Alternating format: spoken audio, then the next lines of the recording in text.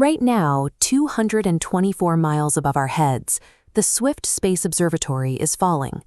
It has spent 2 decades observing the death of massive stars, but it is currently on a trajectory to hit Earth's atmosphere and burn up completely by the end of 2026.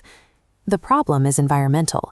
Recent solar storms have heated the upper atmosphere, causing it to expand. This expansion is creating unexpected drag on a legacy satellite built in 2004, steadily pulling it toward destruction. This vulnerability isn't unique to hardware in orbit. Massive digital systems face a similar kind of environmental shift, one where the math protecting them is about to become obsolete. Take Ethereum, for example. It is a legacy digital ecosystem holding hundreds of billions in value, and it is currently sitting in the crosshairs of a looming threat, the arrival of practical quantum computing. Whether it's a physical telescope or a digital ledger, these foundational technologies are facing pressures they weren't designed to handle. Survival now depends on our ability to retrofit these systems in real time, rebuilding them while they are still operational.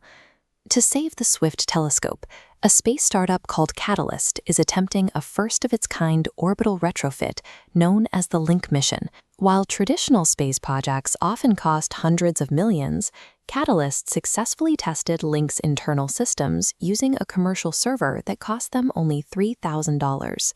They also bypassed traditional launch infrastructure, sending Link into orbit from a remote atoll in the Marshall Islands. If Link successfully relocates Swift, it establishes a template for a new industry. Thousands of satellites currently in orbit could be repaired or moved, extending their lifespan far beyond their original design limits. On the digital front, Vitalik Buterin has introduced a similar rescue plan for Ethereum's cryptographic core, known as the Lean Ethereum Roadmap. The timeline is driven by a looming mathematical threat. By 2030 or 2035, experts project that quantum computers will be powerful enough to extract private keys from public keys, breaking the encryption that secures almost every modern blockchain. Operating colder than deep space, these quantum dilution refrigerators perform tasks that would take a traditional supercomputer thousands of years to complete. Ethereum will swap its current EVM processing engine for a lighter, faster, Lean ESA virtual machine, while the live network moves billions. They'll also add recursive Starks, a zero-knowledge shield verifying thousands of transactions without exposing underlying data. This level of engineering is the only way to protect the network's value. It's an attempt to build a quantum-resistant core before the threat becomes a practical reality. However, even perfect roadmaps are vulnerable to human logic errors. We saw exactly how quickly these systems can be threatened during a recent crisis on the Aptos blockchain. Security researchers discovered what's called a stale cache bug. It was a flaw that allowed fake transactions to bypass security checks with a 90% success rate, simply because the system recognized old, invalid data as legitimate. The threat was highly asymmetric. An attacker could have exploited this bug with just a few $100s in cloud server costs, potentially draining $70 billion in digital assets from the ecosystem. Because the bug was caught by ethical hackers and patched within hours, no funds were lost. It highlights the reality that active human oversight remains the final, essential layer of any high-stakes retrofit.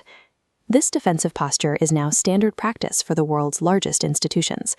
They are currently reconfiguring their own safety nets to protect against a different kind of volatility. In a single month, global central banks added 41 tons of gold to their reserves.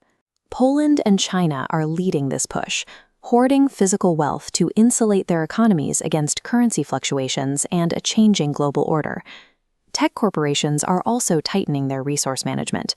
Google is now strictly segmenting its Gemini AI, limiting free users to 32,000 tokens and reserving its most powerful processing capabilities for paid tiers.